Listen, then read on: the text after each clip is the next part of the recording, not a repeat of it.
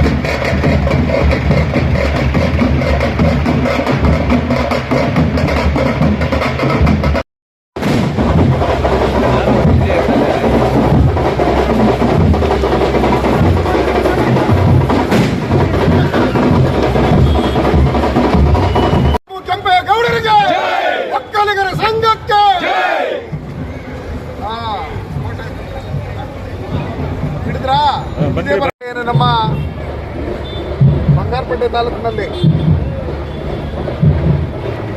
ನಾಡಪ್ರಭು ಶ್ರೀ ಕೆಂಪೇಗೌಡರ 517ನೇ ಜಯಂತ್ಯೋತ್ಸವವನ್ನು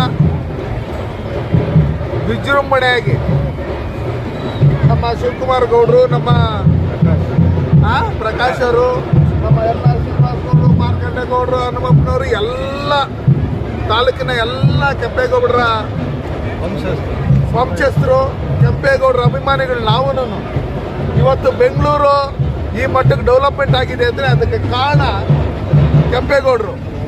ಇವತ್ತು ಬಂಗಾರಪೇಟೆಯಲ್ಲೂ ರಿಯಲ್ ಎಸ್ಟೇಟ್ ಇನ್ನೊಂದು ಮತ್ತೊಂದು ಚೆನ್ನಾಗಿ ನಡೀತದೆ ಅನ್ನೋ ಲೆಕ್ಕಾಚಾರದಲ್ಲಿದ್ದರೆ ಅದಕ್ಕೆ ಕಾರಣ ಕೆಂಪೇಗೌಡರು.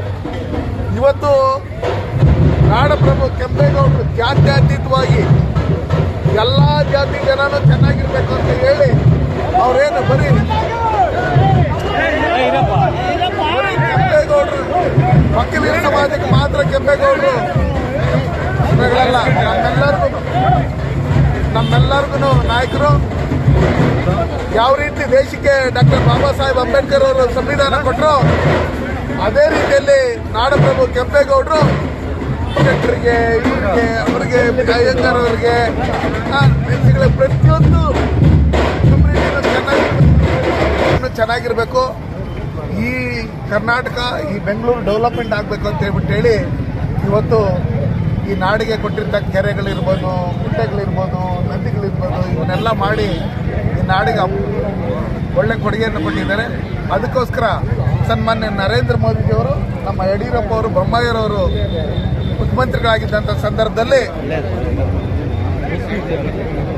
ದೇವನಹಳ್ಳಿ ಏರ್ಪೋರ್ಟ್ಗೆ ಕೆಂಪೇಗೌಡ ಅಂತಾರಾಷ್ಟ್ರೀಯ ವಿಮಾನ ನಿಲ್ದಾಣ ಅಂತ ಹೆಸರಿಟ್ಟು ಕೆಂಪೇಗೌಡ ಅಭಿವೃದ್ಧಿ ಪ್ರಾಧಿಕಾರನ ಸ್ಥಾಪನೆ ಮಾಡಿ 110 ಅಡಿ ಕೆಂಪೇಗೌಡರ ಪ್ರತಿಮೆಯನ್ನ ಇವತ್ತಲ್ಲಿ ಪ್ರತಿಷ್ಠಾಪನೆ ಮಾಡಿರೋದನ್ನ ನೋಡಿದ್ರೆ ಈ ಬೆಂಗಳೂರು, ಈ ಕರ್ನಾಟಕ ಇರೋವರೆಗೂ ಯಾರೂ ಕೆಂಪೇಗೌಡರನ್ನ ಮರೆಯಂಗಿಲ್ಲ. ಅದೇ ರೀತಿಯಲ್ಲಿ ನಾನು ಹೇಳೋದಷ್ಟೇ, ರಾಜಕಾರಣಿಗಳು ಅವ್ರ ಕಾಳು ಬೇಯಿಸ್ಕೊಳ್ಳೋದಕ್ಕೋಸ್ಕರ ಕೆಂಪೇಗೌಡ ಜಯಂತಿ ಮಾಡಿಕೊಡುದು. ಎಲ್ಲ ಒಟ್ಟಿಗೆ ಸೇರಿ ಚುನಾವಣೆ ಬಂದಾಗ ರಾಜಕಾರಣಿಗಳು ಏನೋ ಮಾಡ್ಕೊತಾರೆ, ಅವ್ರ ಓಟ್ಗಳು ಗೀಟ್ಗಳು ಇನ್ನೊಂದು ಮತ್ತೊಂದೆಲ್ಲ. ಎಲ್ಲರೂ ಒಟ್ಟಿಗೆ ಸೇರಿ ಬಂಗಾರಪೇಟೆಯಲ್ಲಿ ಕೆಂಪೇಗೌಡರು ಇವತ್ತು ರಾಜಕಾರಣಿಗಳು ಎಕರೆಗಳ ಜಮೀನುಗಳನ್ನ ನುಂಗಾಕ್ಬಿಟ್ಟವ್ರೆ.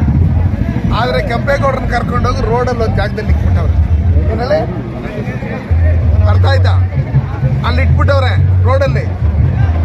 ಇಲ್ಲಿ ಬೆಲೆ ಬಾಳಂತ ಸರ್ಕಾರಿ ಜಮೀನುಗಳು ಏನೇನಿತ್ತು ಅದನ್ನೆಲ್ಲ ಕಬಳಿಸ್ಬಿಟ್ಟವ್ರೆ.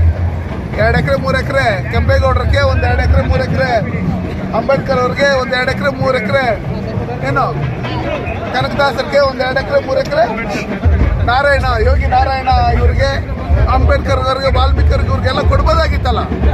ಅದಕ್ಕೋಸ್ಕರ ನಾನು ಹೇಳೋದಿಷ್ಟೇ, ನಾವೆಲ್ಲ ಒಗ್ಗಟ್ಟಾಗಿ ನಾಡಪ್ರಭು ಕೆಂಪೇಗೌಡರ ಜಯಂತಿಯನ್ನು ಇವತ್ತೇನು ನಾವು ಮಾಡ್ತಾ ಇದ್ದೀರಿ, ನಾವಿನ್ನೂ ವಿಜೃಂಭಣೆಯಾಗಿ ಬರೋ ವರ್ಷದಿಂದ ಎಲ್ಲರೂ ಒಗ್ಗಟ್ಟಾಗಿ ನಾವು ಮಾಡಬೇಕು ಸಂಘದ ವತಿಯಿಂದ ಅಂತ ಹೇಳಿ ಈ ಮೂಲಕ ನಾನು ಮನವಿ ಮಾಡ್ಕೊಂಡಿದ್ದೀನಿ.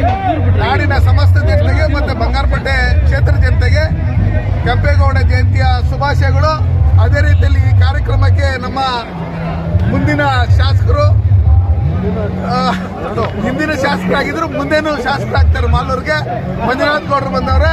ಅವರೆಲ್ಲರಿಗೂ ನಾನು ಕೆಂಪೇಗೌಡರ ಜಯಂತ್ಯೋತ್ಸವದ ಪರವಾಗಿ ನಾನು